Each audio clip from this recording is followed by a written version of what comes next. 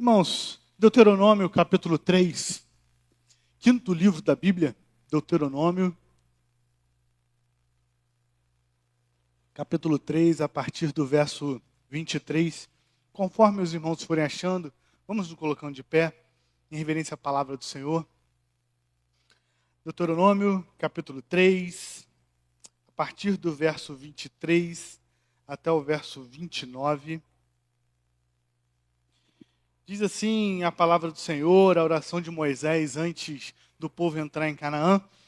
Também eu, nesse tempo, implorei graça ao Senhor, dizendo: Ó Senhor Deus, passaste a mostrar ao teu servo a tua grandeza e a tua poderosa mão. Porque Deus não há nos céus ou na terra que possa fazer segundo as tuas obras, segundo os teus poderosos feitos. Rogo-te que me deixes passar, para que eu veja esta boa terra que está além do Jordão, esta boa região montanhosa e o Líbano. Porém, o Senhor indignou-se muito contra mim por vossa causa e não me ouviu. Antes me disse: basta, não me fales mais nisto. Sobe ao cimo de Pisga, levanta os olhos para o ocidente, e para o norte, e para o sul, e para o oriente, e contempla com os próprios olhos, porque não passarás este Jordão. Dá ordens a Josué, e anima-o, e fortalece-o, porque ele passará adiante deste povo, e o fará possuir a terra que tu apenas verás. Assim, ficamos no vale de fronte de Bet-peor. Curva sua cabeça mais uma vez. Mas a tua palavra foi lida aqui neste momento, a tua palavra foi lida neste culto.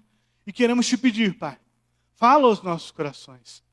Ó Senhor, que assim como a tua palavra tem falado ao meu coração durante essas semanas de preparo, que o Senhor também fale aos meus irmãos a partir desse momento. Pai, que nossos corações estejam sendo totalmente transformados pela Tua palavra. Nos mostra, Pai, o que o Senhor quer nos falar. Transforma, Pai, o nosso espírito, transforma, Pai, a nossa alma, transforma, Pai, a nossa mente e assim transforme também as nossas ações. É o que nós pedimos, em nome de Cristo Jesus. Amém e amém. Podemos assentar, queridos. Meus irmãos, tem uma pergunta para a gente começar a pregação de hoje. Qual é o grande projeto da sua vida nesse momento? Qual é o grande projeto que você tem para a sua vida agora? Nesses próximos dias, para esse novo ano, esse momento de virada de ano, né, nesse tempo que a gente tem passado, esses primeiros dias do ano, são momentos que a gente gosta de ficar projetando as nossas vidas. A gente gosta de ficar projetando aquilo que a gente precisa, o que a gente deve fazer ao decorrer desse ano. E talvez, e muito provavelmente, se eu conheço o coração transformado dos irmãos, esse projeto é uma meta nobre. É uma meta importante, é uma meta nobre que você pode colocar no seu coração. Pode ser uma promoção no seu trabalho, que vai garantir um melhor sustento para a sua família. Isso é uma meta nobre. Pode ser uma compra da sua casa própria, que pode te trazer mais segurança e estabilidade. Pode ser o crescimento, né, falando de igreja, o crescimento daquele ministério que o pastor chegou no final do ano passado para você e falou assim: meu irmão, é contigo, esse ministério aqui é seu. Pode ser que a meta desse ano para você seja esse ministério tão honroso que o Senhor colocou nas suas mãos, um ministério pelo qual você tem orado, trabalhado incansavelmente. A verdade, queridos, é que nós investimos a nossa energia, a gente investe o nosso tempo, a gente investe as nossas emoções nessa busca.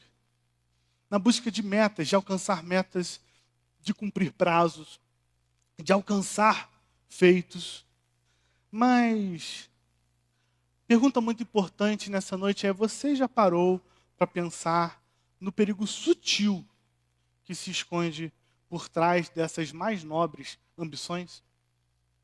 Esse texto que nós lemos, essa oração de Moisés ao Senhor, a resposta de Deus a Moisés, ela mostra um pouco disso para a gente. Um perigo sutil que se esconde por trás de uma nobre ambição. O coração humano, meus irmãos, mesmo aquele coração humano redimido por Cristo, mesmo aquele coração humano que já está sendo santificado em Cristo, como diz João Calvino, é uma fábrica de ídolos. Mesmo o coração redimido, mesmo aquele coração que está em processo de santificação, João Calvino, acertadamente, ele vai falar, ainda assim, esse coração é uma fábrica de ídolos. O nosso coração, ele fabrica ídolos dia após dia, vez após vez, hora após hora, minuto após minuto, quem dirá até segundo após segundo, o nosso coração, ele está a todo momento produzindo ídolos, produzindo algo que tome o lugar de Deus, no melhor lugar do seu coração. A gente começa a amar mais a bênção que Deus pode nos dar do que o abençoador. O coração humano, ele tem uma capacidade assustadora de pegar boas dádivas de Deus, bênçãos que Deus nos dá, e transformar essas dádivas, transformar essas bênçãos em um próprio Deus com letra minúscula. A gente deseja, por muitas vezes, mais a bênção, ou a gente deseja a bênção com muito mais fervor do que a gente deseja o abençoador, aquele que pode nos dar a bênção. E aí, tragicamente, a gente acaba descobrindo que o nosso maior tesouro já não é mais o Senhor, mas algo que o Senhor nos deu, ou algo que o Senhor nos prometeu. É isso que essa oração de Moisés, ela me chama a atenção nesse texto. Não que Moisés tenha caído, não que Moisés tenha perdido a salvação dele, mas essa oração que Moisés faz, por mais que seja uma oração sincera, e acredito eu que nós podemos fazer uma oração sincera como a de Moisés, mas essa oração sincera, ela mostra, ela espelha, ela mostra para a gente que o nosso coração é um coração que faz ídolos. É um coração que a gente foca muito mais na bênção do que em Deus. Exatamente esse alerta que eu quero fazer essa noite. É exatamente esse alerta sobre essa armadilha espiritual que esses versículos que a gente acabou de ler agora vão nos levar a um momento mais íntimo e doloroso da vida de Moisés. Se você ler aí o capítulo 3 todo de Deuteronômio, a gente ouve nesses versículos a oração de um gigante da fé. A gente ouve a oração de um homem que falou com Deus face a face, que encontrava com Deus vários momentos da sua vida para receber diretamente de Deus a lei dele. Só que nessa oração a gente vê também um estudo de caso sobre como até o líder mais fiel, ele pode, mesmo que de uma forma sutil, desviar o seu foco. A lição para nós hoje, ela tem que ser clara e ela tem que ser urgente, meus irmãos. O maior perigo no serviço a Deus é permitir que o nosso amor pela promessa se torne maior do que o nosso amor por aquele que prometeu a promessa.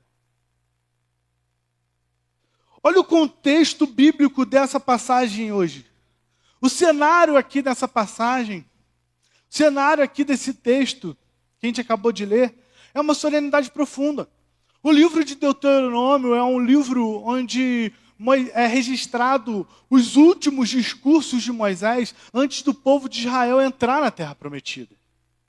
É disso que se trata o livro de Deuteronômio. O livro de Deuteronômio é como se fosse um resumo do que aconteceu desde a saída do povo de Israel do Egito até eles chegarem ali a ponto de cruzar o Rio Jordão para entrar na Terra Prometida.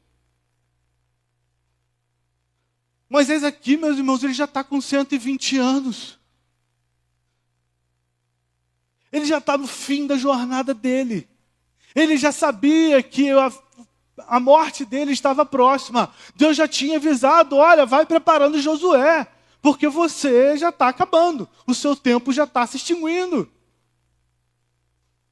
Moisés liderou o povo de Israel para fora do Egito. Moisés andou com esse povo pelo deserto. Moisés lutou batalhas e venceu batalhas no deserto. Moisés mediou a aliança de Deus com o povo. Moisés instruiu o povo nessa aliança que Deus fez com eles.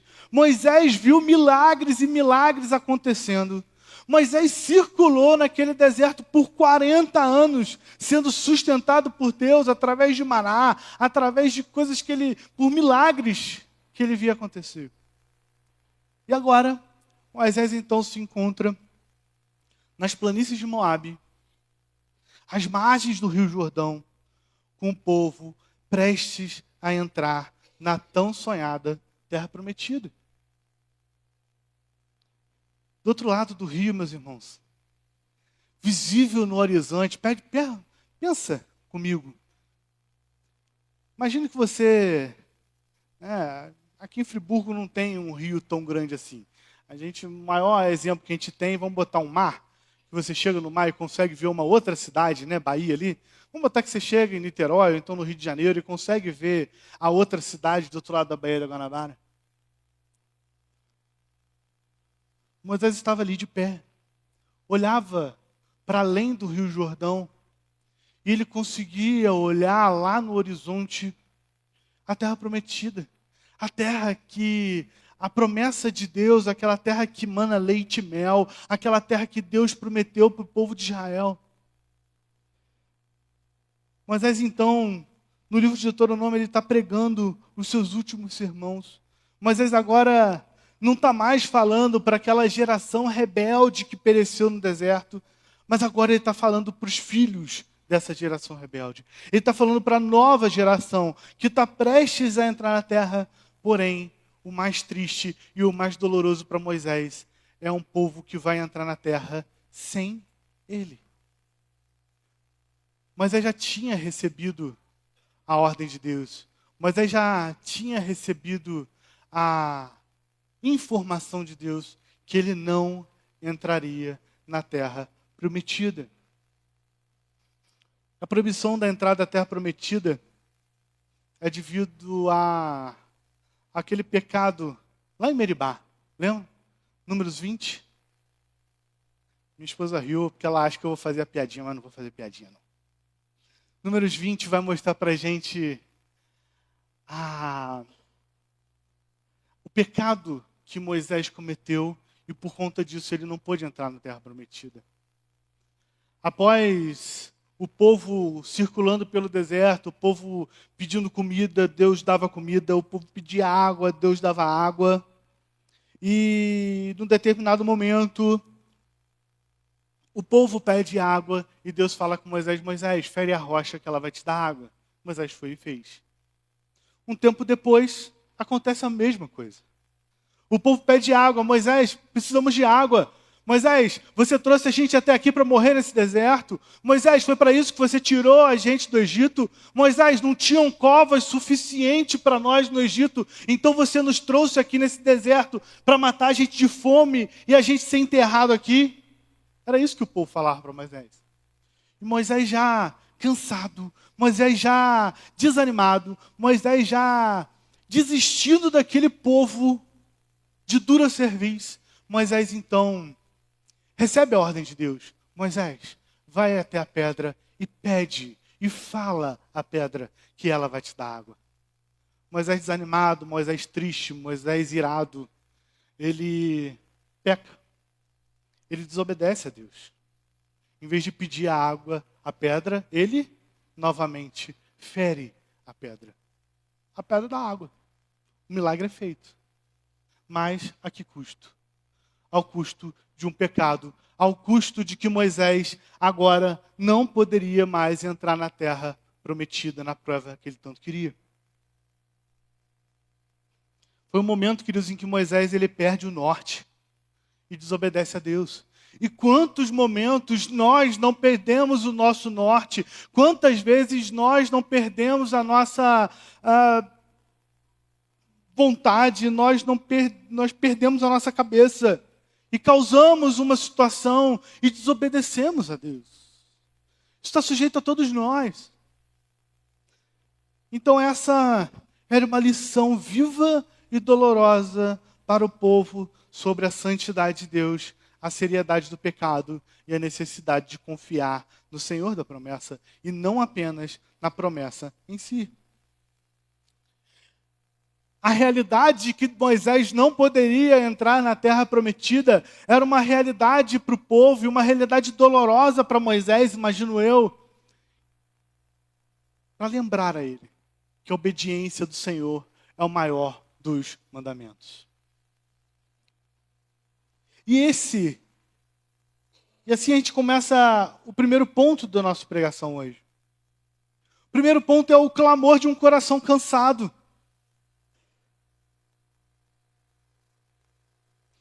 Olha comigo os versículos 23 até o versículo 25 novamente. Também eu nesse tempo implorei graça ao Senhor, dizendo: ó Senhor Deus,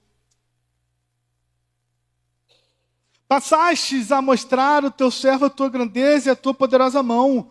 Porque que Deus há nos céus e na terra que possa fazer segundo as tuas obras, segundo os teus poderosos feitos. Rogo-te que me deixes passar para que eu veja esta boa terra que está da além do Jordão, esta boa região montanhosa e o Líbano. Meus irmãos, Moisés, ele começa aqui a sua oração com uma adoração. Ele começa uma oração como uma oração deve ser feita. Ele começa adorando a Deus, ele começa clamando a Deus, ele começa reconhecendo a grandeza de Deus, que deuses há que podem fazer o que o Senhor fez. E logo em seguida, Moisés então ele abre o seu coração, ele abre aquele coração dele dolorido. A palavra hebraica aqui nesse texto para suplicar, lá no versículo 25, pode ser também entendida como implorar. Moisés ele implora ao Senhor: Senhor, me deixe passar o rio Jordão. Me deixa ver essa terra prometida que o Senhor prometeu ao povo. Esse pedido, queridos, não é um pedido casual. Ele é o clamor de um coração cansado. Ele é o pedido de uma pessoa que teve uma vida de caminhada com Deus. Ele é o clamor de um homem que dedicou pelo menos 2/3 da sua vida a Deus. Moisés sai do Egito com 40 anos e vai pro exílio. Fica lá durante 40 anos, retorna para o Egito, libera o povo e depois fica mais 40 anos rodando no deserto. Ou seja, de 120 anos, pelo menos 80 anos, Moisés serviu na obra do Senhor. Pensa na jornada de Moisés. 40 anos de exílio. Confronto com o faraó, as pragas, a travessia do Mar Vermelho, 40 anos liderado um povo rebelde, murmurador no deserto. Pensa você líder de igreja, pensa você membro de igreja, você passar esse tempo todo escutando a murmuração de um povo, falando: não era melhor a gente ter ficado no Egito, não? Gente, se vocês ficam 40 anos reclamando comigo, que era melhor eu ter deixado vocês fora da igreja, eu largo vocês tudo para lá e vou embora. Moisés não largou. Moisés ele continuou dia após dia porque ele sabia da missão que ele tinha que fazer. Então agora, quando ele sabe que a peregrinação dele está chegando ao fim, Moisés agora vai expressar o seu anseio mais profundamente humano. Moisés vai pedir que ele possa experimentar a recompensa tangível da sua jornada. Ele fala no versículo 25, rogo-te que me deixes passar para que eu veja a boa terra. É interessante, queridos, que Moisés ele não pede a Deus que deixe ele viver mais 40 anos na terra prometida. Moisés ele também não pede que Deus deixe ele aproveitar um pouco do leite, do mel que manam daquela terra. Moisés ele não pede a Deus uma porção de terra na terra prometida. Moisés ele só pede a autorização de Deus para passar pelo limite, para cruzar o Jordão, ou seja, para colocar o pé, para ele poder enxergar a realidade daquela promessa que Deus havia prometido há 40 anos atrás.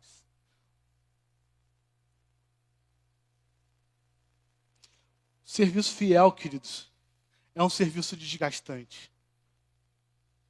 Você pode conversar com qualquer fiel, qualquer membro de igreja fiel e perguntar se ele não se cansa, se ele não se desgasta na obra do Senhor. Eu tenho certeza que a resposta vai ser afirmativa. Olha, é cansativo. Trabalhar na igreja, é cansativo demais. Mas, queridos, a gente não faz a obra de Deus porque a gente não se cansa, ou é uma obra que recobra as nossas forças, não. A gente faz a obra do Senhor porque é uma ordem que Ele nos deu. Porque Ele nos dá graça e refrigério durante a feitura dessa obra. É por isso que a gente faz a obra do Senhor. Mas, queridos, o coração humano, ele é marcado por finitude. Ele é marcado por necessidade de fim. Ele é marcado por uma necessidade de conclusão. Naturalmente, o coração humano ele vai ansiar por ver um resultado. Por tocar na recompensa. Por encontrar o descanso. Pastores, eles se cansam não por verem resultados. Pais e mães, eles se cansam não porque querem ver um resultado na criança. Crentes fiéis em suas profissões, eles também se cansam. A gente quer ver a obra completa. E ainda mais, a gente quer que essa obra seja completa nas nossas mãos. A gente não quer que a obra que a gente está fazendo seja passada para outras mãos para ser completa nas outras mãos. A gente quer que aquilo se cumpra na nossa mão, debaixo do nosso legado. Esse é o sutil perigo que Moisés estava passando. E é nesse cansaço que a gente corre o risco de fixar os nossos olhos só no prêmio. A gente corre o risco de fixar os nossos olhos no sucesso, seja ele trabalhador, seja ele no sucesso profissional, seja ele no processo educacional, seja ele um processo ministerial. A gente foca no resultado, a gente foca no prêmio. A gente foca no reconhecimento humano. A gente foca na realização pessoal. Em vez de focar na glória de Deus como nosso fim principal.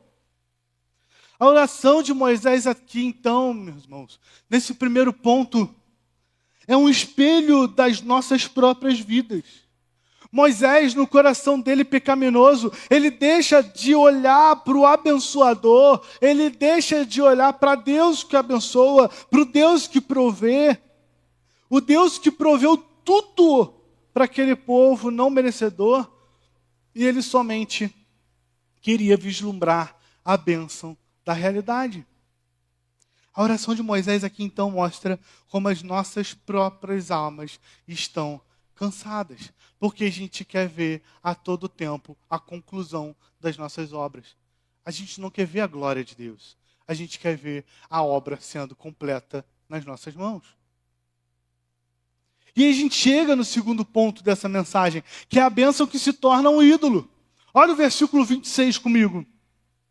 Porém o Senhor indignou-se muito contra mim por vossa causa, e não me ouviu. Antes ele disse, basta, não me fales mais nisto. Meus irmãos, a resposta de Deus para Moisés chega a ser chocante, né? Chega a chocar a gente com a firmeza e a franqueza que Deus responde para Moisés aqui. Basta, não me fales mais nisso. Porém, queridos, essa indignação do Senhor não é uma indignação caprichosa. Não é uma indignação que Deus faz por capricho. Essa resposta de Deus, ela revela esse desvio sutil que Moisés estava tendo. Esse desvio sutil, mas perigoso no coração do servo dele, Moisés. O foco de Moisés, ainda que por um momento, ele desliza do Senhor da promessa para a própria promessa. A terra de Canaã, queridos, que era o símbolo da fidelidade de Deus, havia se tornado o objeto central do desejo de Moisés, a ponto da sua felicidade parecer depender dela. Senhor, eu te peço, eu preciso passar por esse Jordão, eu preciso ver essa obra completa, porque se eu não fizer isso, como é que eu vou subir para o céu? Não parece às vezes uma oração que a gente faz para Deus? Senhor, eu preciso ver isso, eu preciso dessa resposta, porque se o Senhor não me der essa resposta, eu morro. É mais ou menos isso que Moisés estava passando aqui. Esse era o desvio sutil de Moisés. Moisés focou no objetivo secundário de sua obra pelo reino e não no objetivo primário, que era glorificar a Deus. Isso, meus irmãos, essa é a essência da idolatria. O nosso breve catecismo, ele vai perguntar assim, qual é o primeiro mandamento? Os GCIs estudaram, né? Os 10 mandamentos há pouco tempo. Qual é o primeiro tempo? O primeiro mandamento? A resposta cunhada no breve catecismo é: não terás outros deuses diante de mim. Queridos, a idolatria, ela não é apenas se curvar a uma imagem de madeira, de pedra, de aço. A idolatria não é se curvar a um Deus feito por uma imagem da criação de Deus. Não é isso. A idolatria, ela é muito mais do que isso. A idolatria, ela é dar a uma criatura, ou a uma bênção, ou a uma promessa que vem de Deus, ou a um ministério na igreja, a adoração. Ele é dar a essas coisas, idolatria é dar a essas coisas o serviço e a confiança que são devidos apenas ao Criador. Um livro que eu li no final do ano passado, excelente, a Trelícia Videira fala sobre isso, sobre o perigo de nós idolatrarmos estrutura. Ele mostra que muitas vezes as igrejas estão idolatrando estrutura, as igrejas estão idolatrando a treliça, e estão se esquecendo da videira, estão deixando para lá o alcançar novas vidas. O bom, então, o que era bom, a bênção que era boa, a dádiva do Senhor que era boa, ela se torna o melhor. E esse melhor agora, então, vai se tornar o Deus do nosso coração. Isso é idolatria. Em Juízes, para a gente exemplificar isso, Juízes capítulo 6 até o capítulo 8, a gente vai ser apresentado a história de Gideão.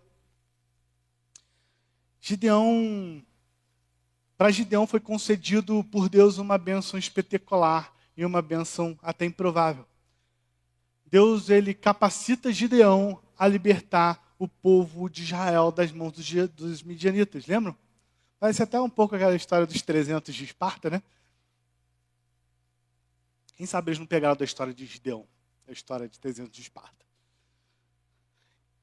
Deus, ele dá essa dádiva a Gideão, a dádiva de libertar o povo com 300 homens. Gideão consegue reunir um exército, mas Deus fala assim, Gideão, só 300. Para quê? Para que você veja o quão eu sou poderoso. Para você entenda que não é você, não é o exército que está libertando o povo, sou eu que estou libertando o povo.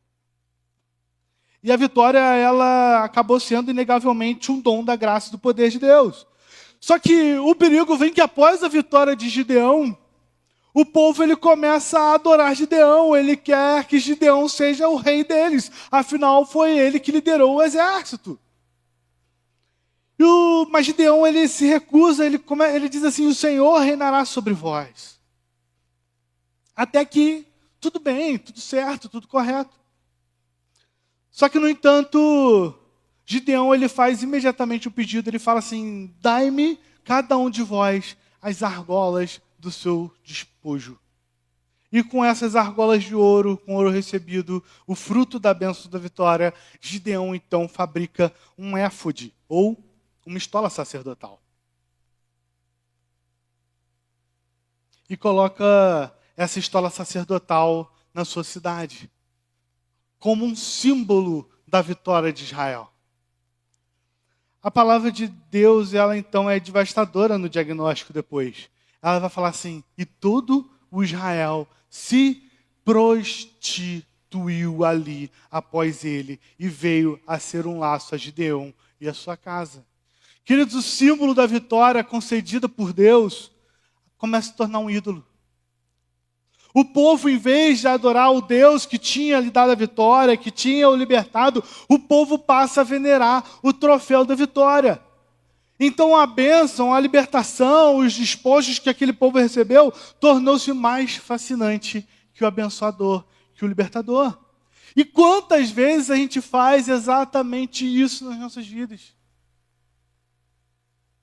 A gente celebra a bênção, a gente celebra o novo emprego, a gente celebra a nossa casa nova comprada, a gente celebra o ministério nosso que cresceu debaixo de nossas mãos. Mas sutilmente o nosso coração começa a encontrar segurança e identidade no símbolo dessa bênção. E não mais em Deus. O diploma na parede daqueles que são e brigaram pela formatura. A conta bancária daqueles que antes passavam necessidade e agora conseguem ter uma boa camada de dinheiro para se proteger. O número de membros da nossa igreja que passa a crescer cada vez mais. Tudo isso, meus irmãos, pode começar a se tornar o nosso éfode de ouro, a nossa estola sacerdotal de ouro. Um memorial da bênção que agora rouba a adoração que pertence somente a Deus. Então, queridos, a gente não podemos nos deixar levar pelo nosso coração enganoso. A gente não pode se deixar colocar as bênçãos assentadas no trono que deve pertencer somente a Deus. Então, a gente chega no terceiro ponto da nossa pregação de hoje, que é a graça no não de Deus. Olha os versículos 27 e 28. Deus continua respondendo a Moisés: sobe ao cimo de Pisga, levanta os olhos para o ocidente, para o norte, para o sul e para o oriente, e contempla com seus próprios olhos, porque não passarás deste Jordão. Dá ordens a Josué, e anima-o, e fortalece-o, porque ele passará adiante deste povo, e o fará possuir a terra que tu apenas verás.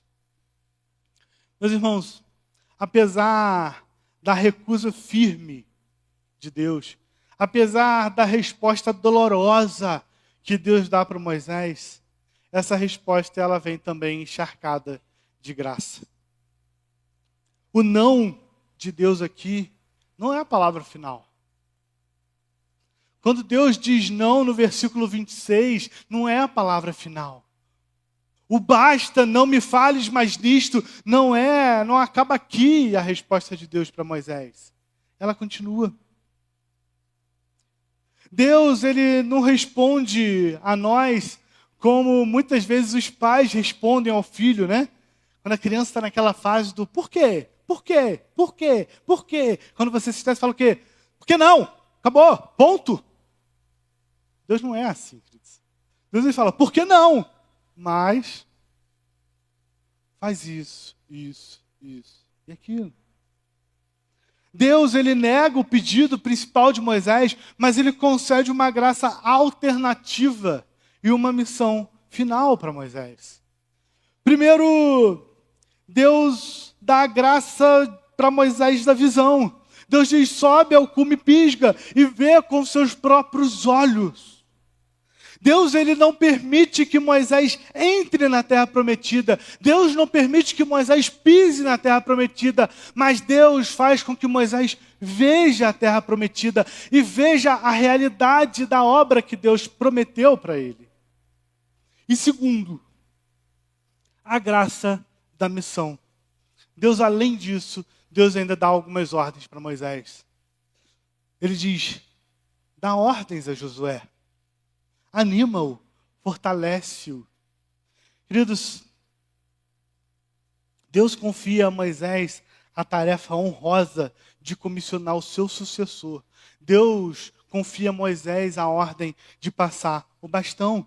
A gente precisa entender, meus irmãos, que os nãos de Deus não são a ausência de amor. Não é porque Deus deu um não para a gente, não é porque Deus deu um basta para a gente, que essa resposta vem com falta de amor. Mas os nãos de Deus são, na verdade, expressões de sua sabedoria superior. Em 2 Samuel, capítulo 7, e também, junto, 1 Crônicas, capítulo 22, a gente vê o coração de Davi queimando com um desejo santo e nobre. Davi, ele morava em um palácio de cedro. Davi tinha conquistado toda a terra prometida. Mas Davi tinha conquistado Jerusalém. Davi morava em um palácio de cedro, enquanto a Arca da Aliança, o símbolo da presença de Deus entre o povo, habitava em uma simples tenda. Então Davi, com um coração grato, com um coração zeloso, Davi resolve, eu vou construir uma casa para o Senhor. Era um pedido excelente. Era um pedido que era nascido de um coração de quem amava realmente a Deus. Só que através do profeta Natã, Deus envia uma resposta para Davi dizendo, tu não edificarás a casa ao meu nome, porque és homem de guerra e derramaste muito sangue.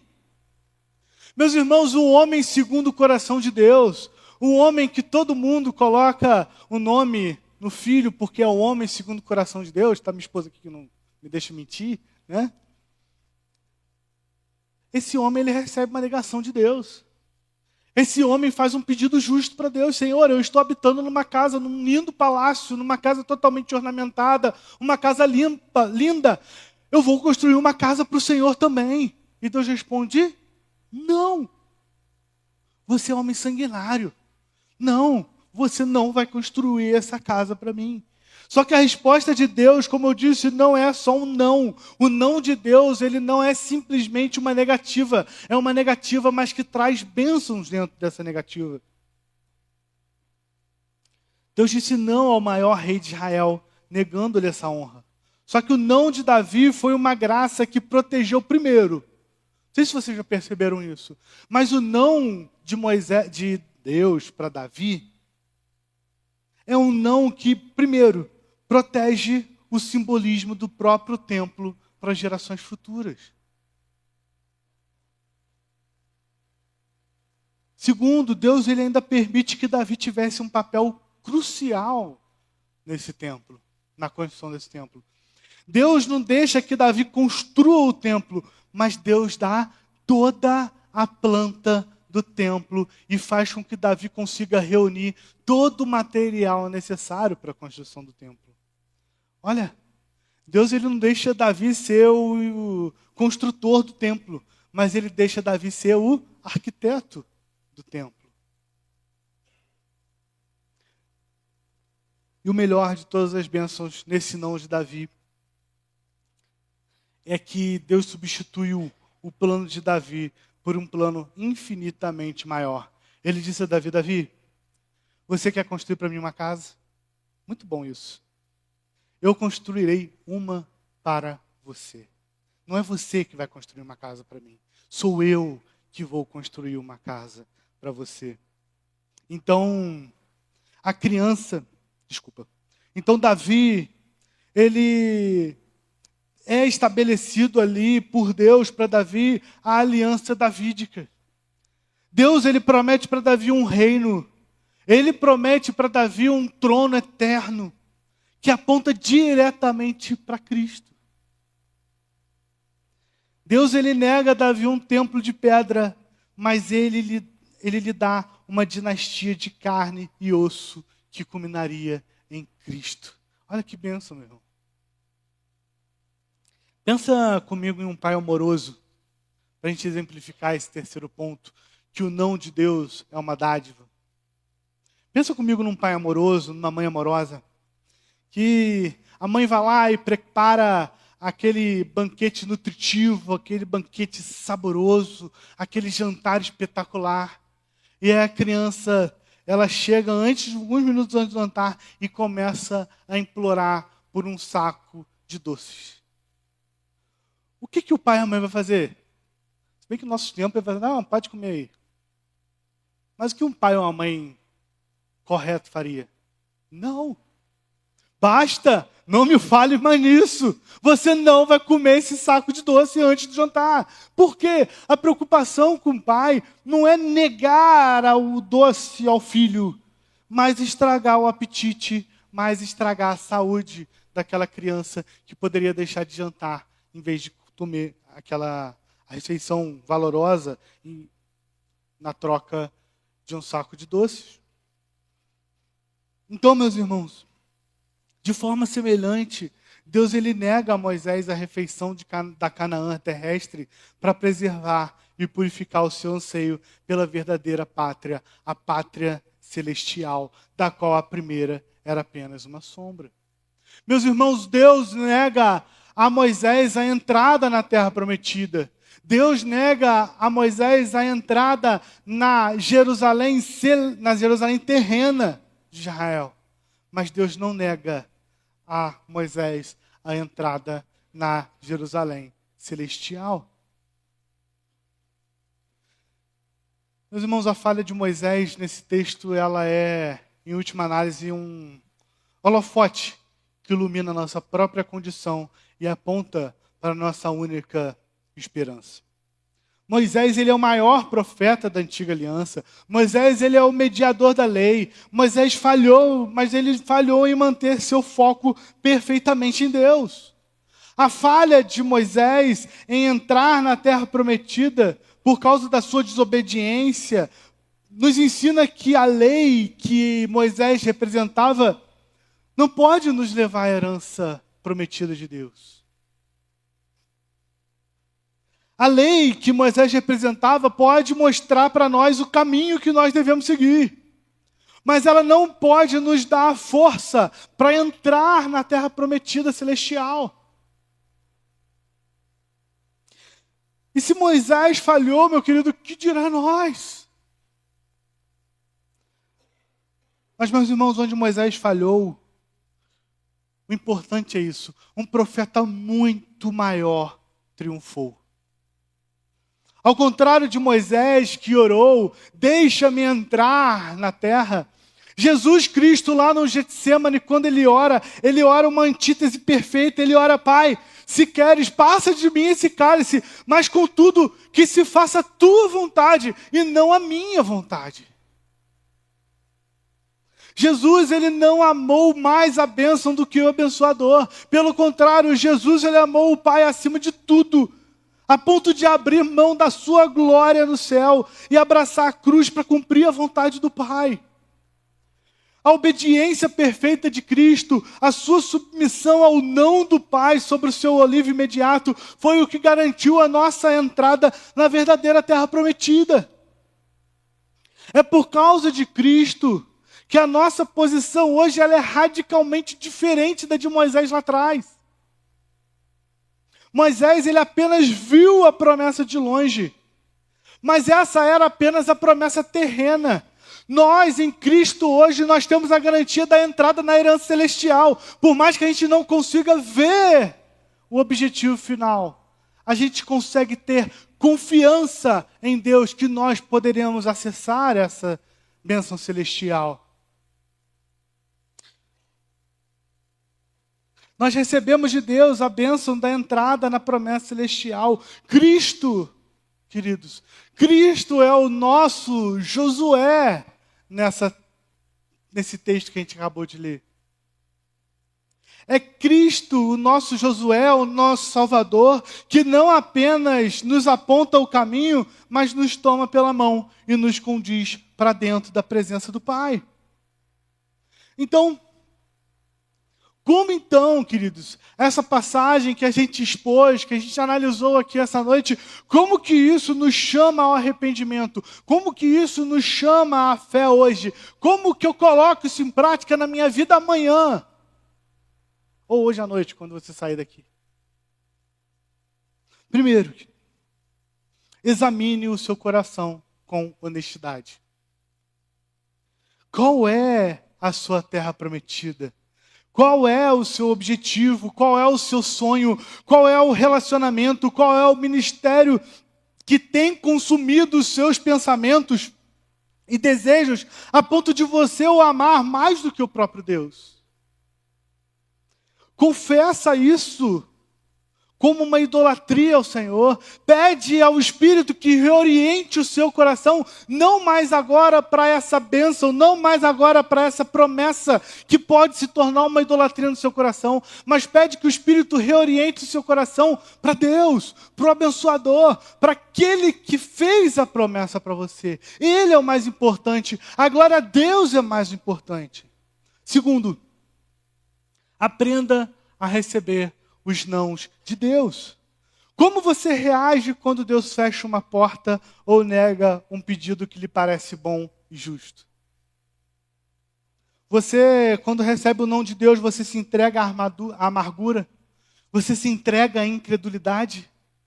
Ah, se Deus me deu, então Deus não existe. Ah, se Deus não deu, então eu não sou o escolhido, então eu vou parar de ir para a igreja. Eu entrego meu coração à incredulidade, eu entrego meu coração à amargura.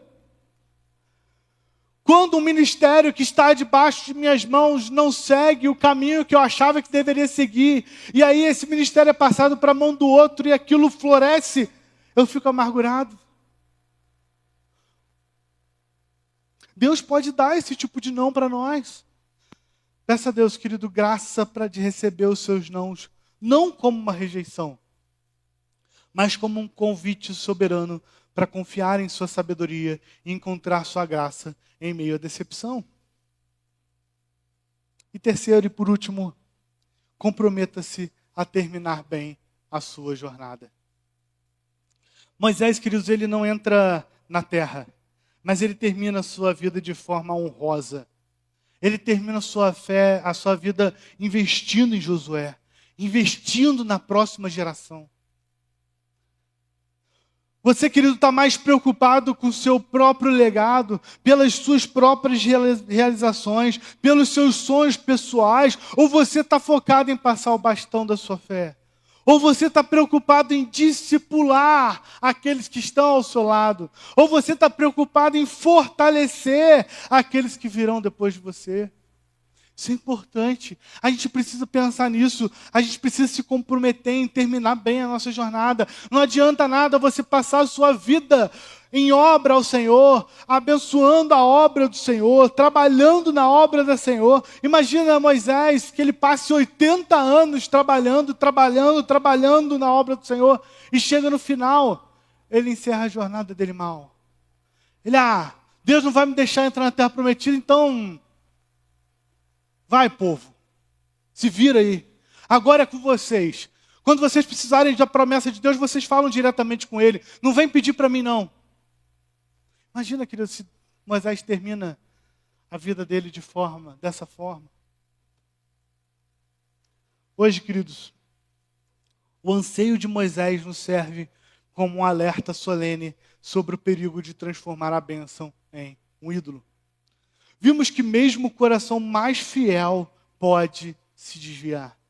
Mas também a gente viu a imensa graça de Deus em sua negação, nos apontando para um propósito maior e para uma esperança superior.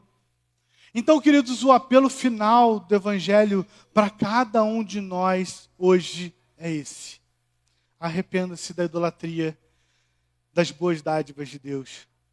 Volte o seu coração, suas afeições e a sua confiança para o abençoador. Encontre em Jesus Cristo o seu tesouro supremo, a sua única e total satisfação. Ele, queridos, é a promessa e o prometedor, tudo em um só homem e Deus. Para finalizar, Pedro, lá em 1 Pedro, capítulo 1, versículo 4, ele vai dizer que a gente tem a promessa segura de uma herança incorruptível, sem mácula, que não murcha, guardada nos céus para nós.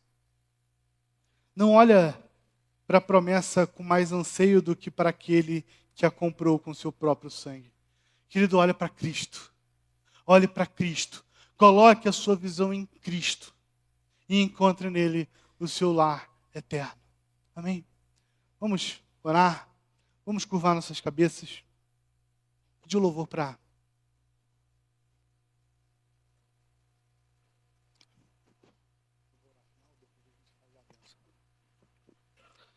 Curva sua cabeça. Coloque diante de Deus essas aplicações que a gente viu hoje. Examine o seu coração com honestidade. Aprenda a receber os nãos de Deus. Comprometa-se a terminar bem a sua jornada. Que conforme nós oramos no início desse culto, o Espírito Santo transforme a nossa vida através da palavra dele. Vamos orar com sua cabeça. Pai, nós mais uma vez nos colocamos na tua presença, Pai. Mais uma vez nós curvamos nossas cabeças, nós dobramos nossos joelhos, nós clamamos ao Senhor, Deus. Transforma as nossas vidas. Nos mostra, Pai, aquilo que nós temos errado. Nos mostra, Pai, aquilo que pode se tornar, mesmo que seja uma bênção do Senhor em nossas vidas. Nos mostra o que isso pode, ou que aquilo pode se tornar uma imagem em nossas vidas. O que aquilo pode substituir o teu lugar, Senhor, no nosso coração.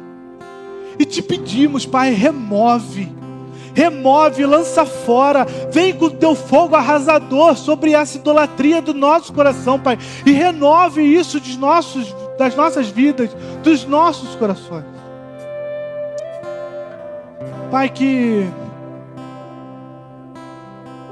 nós saibamos, Pai, receber os nãos que vêm de Ti. Ó Pai, nós entendemos hoje que os nãos que vêm do Senhor não são nãos que são simplesmente porque o Senhor quer falar, não. Mas sabemos que os nãos que vêm de Ti, Pai, que nós aceitemos eles, porque é através deles, Pai, que a Tua obra ela é consumida em nossas vidas. Pai, que nossa vida seja feita como Davi, que pediu para construir o templo, mas o Senhor respondeu a ele: não, Davi, não é você que vai construir o templo, mas sou eu que vou construir uma casa para você. Ó Senhor, constrói a casa de nossas vidas. E finalmente, Pai, que nós saibamos, nós reconheçamos e nós terminemos, Pai, a nossa jornada bem. Que nós terminemos a nossa jornada debaixo da Tua promessa, Senhor. Que nós não nos afastamos disso. Que nós não nos rendamos à incredulidade. Ao que nós pedimos, Pai. Em nome de Cristo Jesus.